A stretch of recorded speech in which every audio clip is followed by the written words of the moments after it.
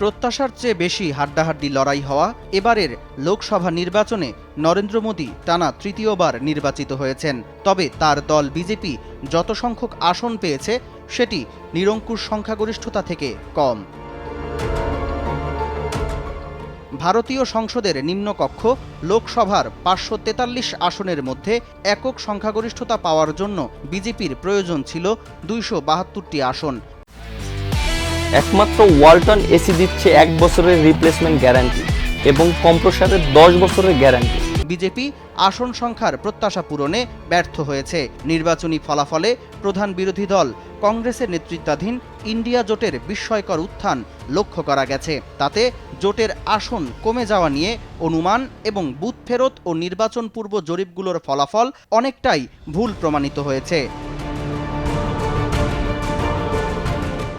নির্বাচনের এ ফলাফল নরেন্দ্র মোদীর জন্য এক ব্যক্তিগত আঘাত। কেননা গুজরাটের মুখ্যমন্ত্রী ও ভারতের প্রধানমন্ত্রী হিসেবে এর আগে তিনি যেসব নির্বাচন করেছেন সেগুলোয় সবসময়ই সংখ্যাগরিষ্ঠতা পেয়েছেন। সেই সঙ্গে 1 দশক ধরে ব্যাপক প্রভাব রেখে চলেছেন দেশটির রাজনীতিতে। এ ফলাফল কংগ্রেস শিবিরে এনে দিয়েছে আনন্দ উদযাপনের উপলক্ষ, পাশাপাশি তা হতাশ করেছে বিজেপি শিবিরকে।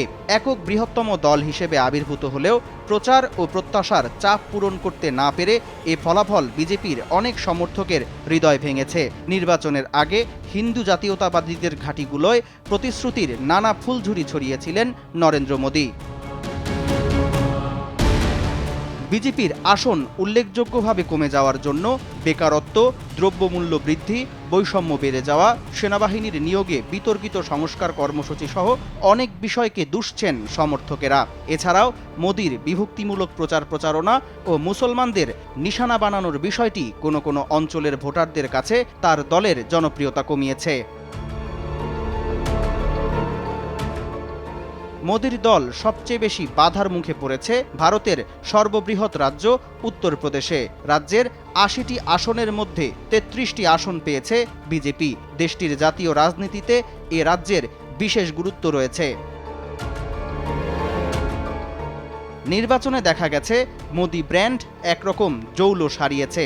এক কথায় মোদীকে নিয়ে তার অনেক সমর্থক যেমনটা ধারণা করতেন, প্রকৃতপক্ষে তিনি অতটা অজেয় নন। মোদী ব্র্যান্ড ম্লান হওয়াটা বিরোধীদের মধ্যে নতুন আশার সঞ্চার করেছে।